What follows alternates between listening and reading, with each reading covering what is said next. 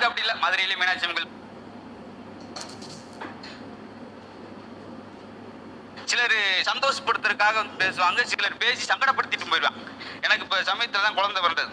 அதுல என்னன்னா ஒவ்வொரு ஆள் ஒரு மாதிரி நிறைய பேர் வாழ்த்து சொன்னாங்க. நம்ம மரியாதைக்குரிய திண்டுக்கல் லியோனி சார்ட்ட பேசிக்கிட்டு இருந்தா அப்ப அவர் ஆறுதலா சொன்னார். முத்து பொம்பளை பிள்ளை பிறகு மகாலட்சுமி வீட்டுக்கு வர்ற மாதிரி எனக்கு முதல்ல பொம்பளை பிள்ளை பிறந்தா நான் உச்சத்துக்கு போனேன். ஏன் ரஜினி சாருக்கே முதல்ல பொம்பளை பிள்ளை தான், ஏன் ஜவஹர்லால் நேருக்கே எடுத்தோன்னு பொம்பளை பிள்ளை தான் அப்படின்ட்டாரு. இந்த நேரத்துல நான் ஒண்ணு சொல்லிக்கிறேன், எனக்கும் முதல்ல பொம்பளை குழந்தை தான். ஒரு நிமிஷம், எனக்கு 2 பெண் குழந்தைகள். கடைசியில இப்ப டிவியில பாத்துட்டு இருக்கிறவங்க சொல்றாங்க அதுல எனக்கும் பெண் குழந்தை, எனக்கும் பெண் குழந்தை.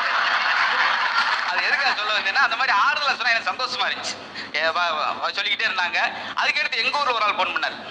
முத்து பொம்பளை பிள்ளையாம்ல, இதே மாதிரிதான் எங்க பெரியப்பா பொம்பளை பிள்ளை பிறந்துச்சு, பள்ளியில பிச்சை எடுத்துக்கிட்டு இருக்காரு.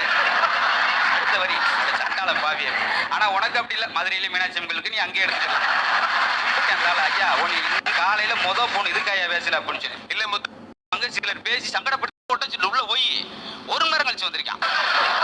அப்பா மாப்பிட ஒரு பொம்பளை ஈண்டு காத வாய் வரைக்கும் வச்சுட்டு போறியாடா, என்ன பேசுனா ஒரு 5 நிமிஷம் தானே போனேன், எதுக்கு 1 மணி நேரம் கழிச்சு வர?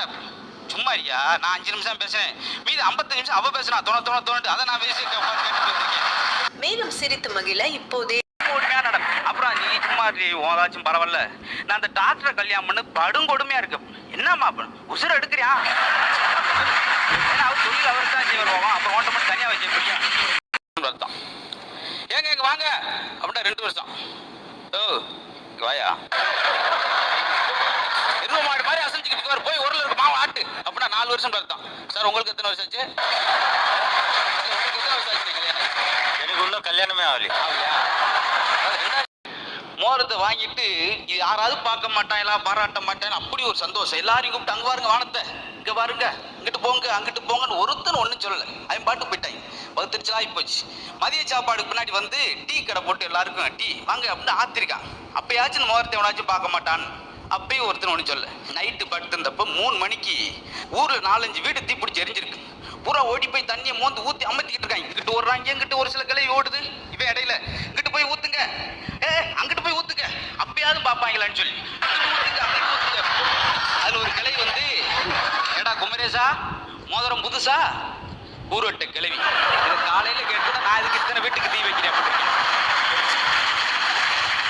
4-5 குடிய கெடுத்திருக்கான்னா இதை விட என்ன வேணும்? ஒரு புதுசு பெருமை அப்படி பேசிருக்கான்.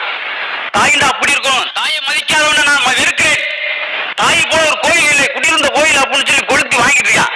இந்த கிளவி சொல்லிச்சு, இல்லைண்டா இப்படி ஒரு விளைய வைக்கணும், எத்தனை அப்படி வச்சக்க நாய்ப்பனா ஏய் பேசிக்கிட்டு ஓம்பல தாண்டி. அன்னைக்கு ஒரு ஆள் ஒரு அண்ணே மாடனே இங்க நின்னு என்னத்த பாக்குற? டெல்மி இந்தாப்ல காலைல 8 மணிக்கு ஸ்கூலுக்கு வர சொல்லி ஏமாத்திட்டில, என்ன பார்த்தா எப்படி தெரியுதா? கண்ணாடிய போடு சொல்றேன். பேச போறாங்க, பொறாமப்படாத.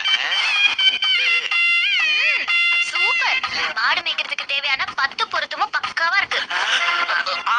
குதிரையை மேய்க்க போறேன். ஓவையா